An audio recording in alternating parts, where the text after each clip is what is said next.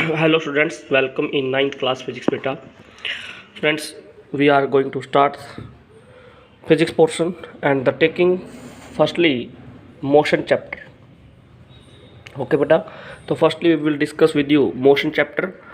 Here we will discuss with you bodies at rest or motion, then how you will define the body's rest or motion, then we will discuss with you distance and displacement. After that we will discuss with you speed, velocity, acceleration, and then various graph discussion, and last one we will drive equation of motion by using the graphical method beta. Okay, so this is the brief introduction of your chapter. So let's start with the rest. How you will define a body is at rest and a body is in motion. So you will say generally a body is said to be at rest if it does not changes its position with respect to time and surrounding. If body does not change its position with respect to time and surrounding, then we will say that body is at rest. For example, if a desk is placed in a room, then it does not change its position with respect to time and surrounding, then this desk or table will be at rest. Okay, now let's say another example. Let a whiteboard is placed in a classroom, then it does not change its position with respect to time and surrounding, then we will say that this whiteboard in the classroom also at rest because it does not change its position with respect to time and surrounding बेटा. Okay, तो कोई body अगर time के साथ अपनी position change नहीं करती with respect to surrounding and time, तो हम कहते हैं कि बॉडी किस में होगी बेटा, रेस्ट में होगी. Okay, now define the motion term. बेटा how you will define motion? तो generally we will say that a body is said to be in motion. A body is said to be in motion. A body is said to be in motion if it changes its position with respect to time and surrounding. तो अगर body with respect to time और surrounding बेटा अपनी position change करती है तो आप कहोगे कि बॉडी किस में बेटा, मोशन में है. फॉर एग्जांपल ए बस is moving on a straight road. That is, you can say that the bus in that case is in motion. So if a bus is moving on a straight road, then in that case this bus is in motion because it changes its position with respect to time and surrounding. That is called motion. तो बेटा this is the definition of rest as motion. तो अगर body time के साथ अपनी position change करती है, surrounding के साथ अपनी पोजिशन चेंज करती है, तो बॉडी मोशन में है. और अगर अपनी बॉडी अपनी पोजिशन चेंज नहीं करती टाइम और सराउंडिंग के साथ रिस्पेक्ट में, तो बॉडी किस में बेटा, रेस्ट में है. अब क्वेश्चन ये आ जाता है बेटा कि रेस्ट और मोशन कि कौन सी बॉडी बेटा रेस्ट में होगी और कौन सी मोशन में होगी, वो डिपेंड करता है बेटा फ्रेम ऑफ रेफरेंस पे. तो firstly we will define frame of reference. कि फ्रेम ऑफ रेफरेंस होता क्या भाई? फ्रेम ऑफ रेफरेंस बेटा जहाँ से भी आप बॉडी के कोऑर्डिनेट नोट करते हो ना, उसे आप फ्रेम ऑफ रेफरेंस बोल देते हो. तो it is set of coordinate axis या it is set of coordinate system from which an event or phenomena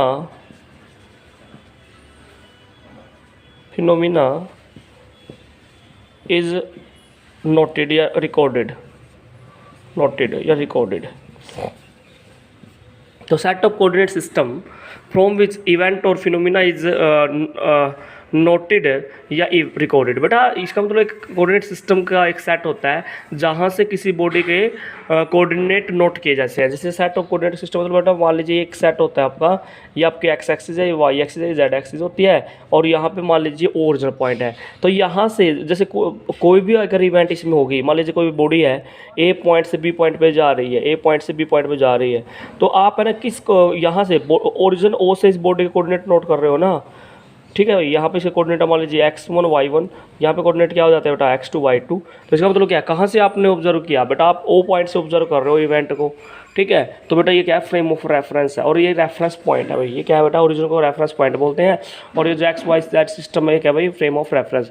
तो ऐसा सेट ऑफ कोऑर्डिनेट सिस्टम जहाँ से किसी इवेंट को या फिनोमिना को रिकॉर्ड किया जाता है बेटा, उसे क्या बोलते हैं बेटा, फ्रेम ऑफ रेफरेंस बोलते हैं। उसको क्या बोलते हैं बेटा, फ्रेम ऑफ रेफरेंस बोलते हैं। तो फ्रेम ऑफ रेफरेंस भी बेसिकली 2 टाइप्स के होते हैं। तो फर्स्ट वन होता है inertial frame of reference, inertial frame of reference, inertial frame of reference, और सेकंड बेटा non inertial frame of reference, non inertial. तो इनर्शियल और non inertial frame of references आपके जनरली।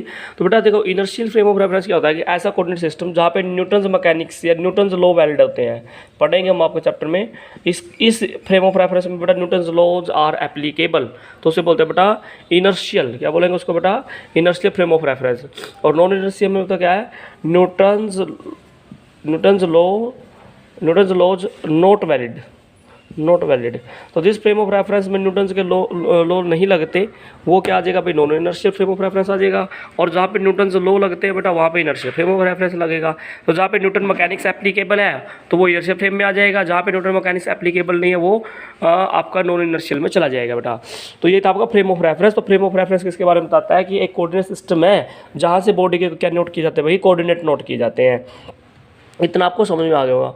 तो बेटा क्वेश्चन है कि कमेंट कीजिए, यू हैव टू कमेंट करना आपको, रेस्ट एंड मोशन, कमेंट करें rest and motion are relative terms, relative terms, rest और मोशन दोनों भाई रिलेटिव टर्म्स है, उसका मतलब क्या है।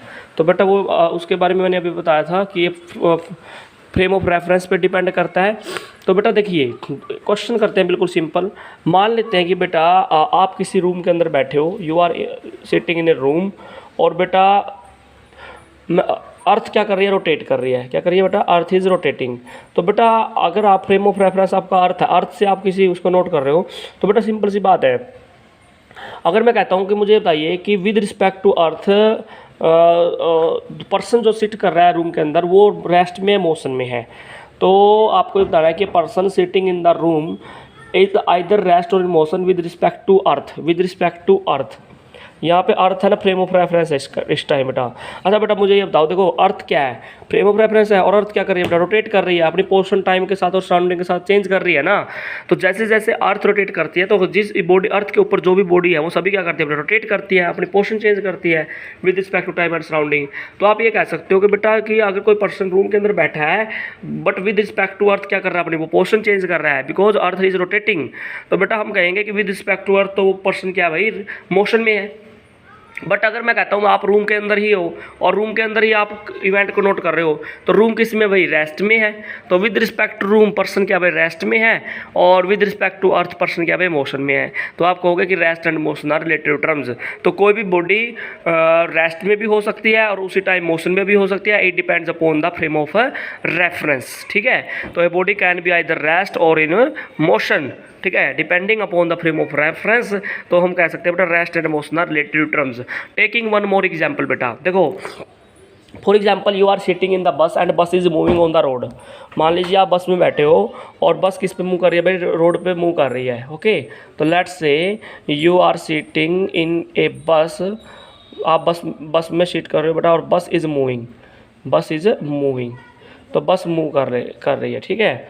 तो बेटा होगा क्या, देखिए रोड के ऊपर जो आउटसाइड ट्रीज़ हैं, रोड के ऊपर जो आउटसाइड बाहर की तरफ जो ट्रीज़ लगे हुए हैं, अगर कोई पर्सन बाहर की तरफ देखता है तो उसको क्या लगेगा बेटा, if a person sitting in the room sitting in the bus and bus is moving and if he see outside from the bus he observe that these trees outside the road या on the road are moving, ठीक है ना, with respect to बस, क्योंकि person किस में भाई बस में है, तो बस के रिस्पेक्ट में पर्सन को क्या लगेगा बेटा कि ये जो ट्रीज़ हैं जो रोड पे लगे हुए हैं वो मोशन में है। बट अगर आप बस से उतर कर रोक कर अगर ट्रीज़ के पास जाके खड़े हो देखते तो ट्रीज़ तो रेस्ट में ही थे। इसका मतलब क्या है, it depends upon the frame of reference. तो बस मोशन में है तो बस के रिस्पेक्ट में अगर नोट करोगे तो ट्रीज़ को, आउटसाइड ट्रीज़ को, तो बेटा मोशन में दिखेंगे। बट अगर आप रेस्ट में रोड के ऊपर खड़ा होकर उनको ट्रीज़ को देखते तो वही रेस्ट में है। तो इसका मतलब क्या बेटा, we can say that rest and motion are related terms बेटा। ठीक है, तो स्टूडेंट्स आज हमने एक बेसिक इंट्रोडक्शन की बात की है जस्ट चैप्टर की। तो नेक्स्ट वीडियोस के अंदर हम और डिटेल में बात करेंगे, मोशन इन स्ट्रेट लाइन के बारे में बात करेंगे, डिस्टेंस, डिस्प्लेसमेंट, वेलोसिटी, स्पीड, सभी एक्सेलरेशन, ये सभी टॉपिक्स हम 1 by 1 डिस्कस करने वाले हैं स्टूडेंट्स। ठीक है, तो students if you have any problem तो आप अपने डाउट्स ले सकते हो बेटा। तो मेरे इस यूट्यूब चैनल को आप सब्सक्राइब करें, लाइक करें बेटा, शेयर करें फॉर अपडेटेड और नेक्स्ट वीडियोज़ ऑफ फिजिक्स बेटा। Thanks for watching.